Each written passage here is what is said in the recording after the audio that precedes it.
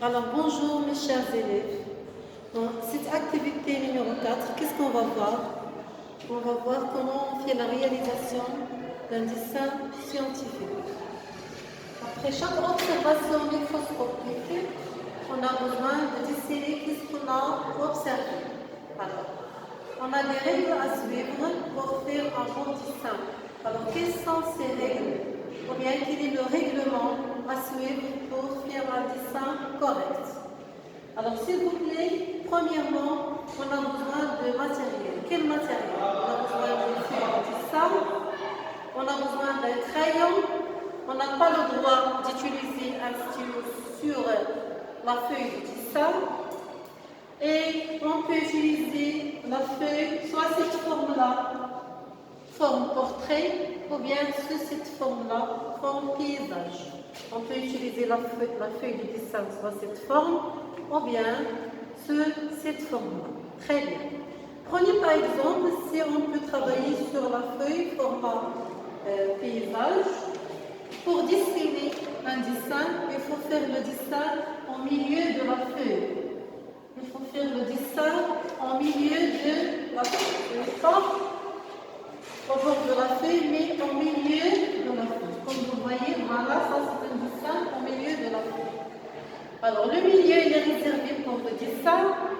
Cette zone-là, il est réservé pour le titre. Alors, il faut faire le titre toujours sous le dessin.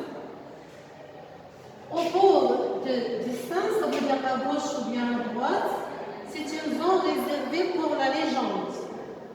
Pour la légende, la mystère. Et cette zone-là, elle est réservée pour indiquer le degré de grossissement. Alors, je répète s'il vous plaît.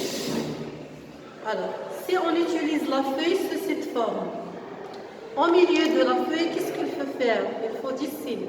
Alors, on fait le dessin au milieu de la feuille.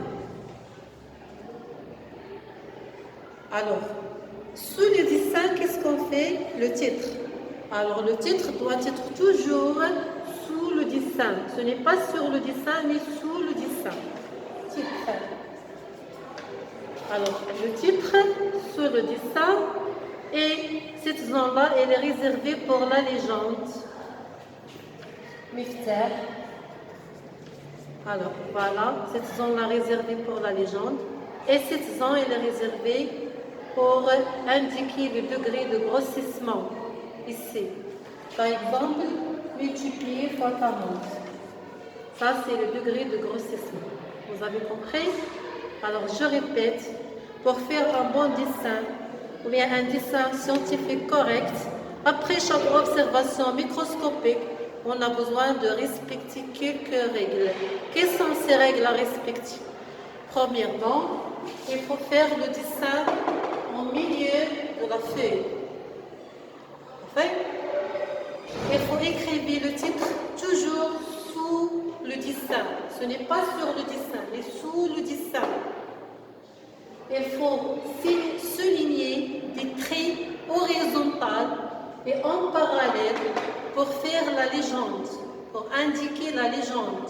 Pour indiquer le nom de chaque flèche, il faut, bien de chaque partie, il faut souligner des traits horizontaux.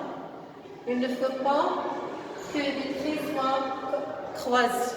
Sauf chez qu'on a croisé les traits. Ça fait? Voilà. Est-ce qu'on a le droit d'écrire le titre par le stylo sur la feuille de dessin? Non. Il faut écrire toujours par le crayon. Il faut dessiner par le crayon. صحيح؟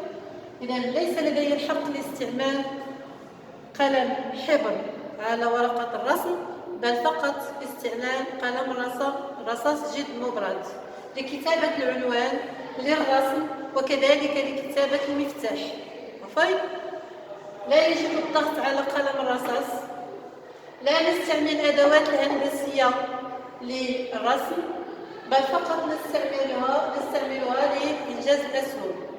يجب أن تكون الأسهم متوازية وليست متقاطعة، ورأس السهم يشير إلى البنية المراد تسميتها. La flèche, elle indique précisément quelle est la partie qu'on veut nommer. Par exemple, cette flèche-là, qu'est-ce qu'il indique? Elle indique un membran cytoplasmique. Cette flèche-là, pour le cytoplasme.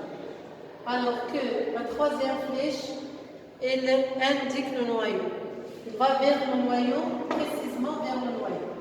Et le titre, on a écrit le titre, sous le dessin, comme vous voyez ici. Le titre sous le dessin. Alors, le dessin de l'observation microscopique d'une cellule animale. Dessin de l'observation microscopique d'une cellule animale. Et il faut aussi indiquer le degré de grossissement. Très bien. Alors, comme vous voyez ici, on a dessiné la cellule animale. Le deuxième dessin, c'est pour la cellule végétale. La cellule végétale, elle a cette forme-là hexagonale, géométrique. Pourquoi? Parce qu'elle possède un membran externe qui s'appelle le membran cellulosique. Et pour la troisième observation, qu'est-ce qu'on a observé? On a observé un micro-organisme. Voilà le dessin de ce micro-organisme qui s'appelle le paramécie. Alors, dessin de l'observation microscopique du paramécie. Quelles sont les composantes de ce micro-organisme? On a les cils, RDF, membrane cytoplasmique, cytoplasme et le noyau. Alors, les cils ou bien des poils qui permet ce micro-organisme de se déplacer dans l'eau.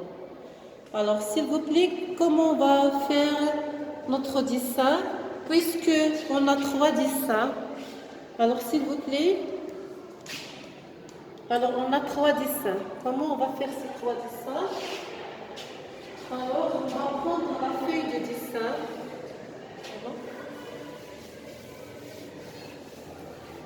Voilà notre feuille de dessin.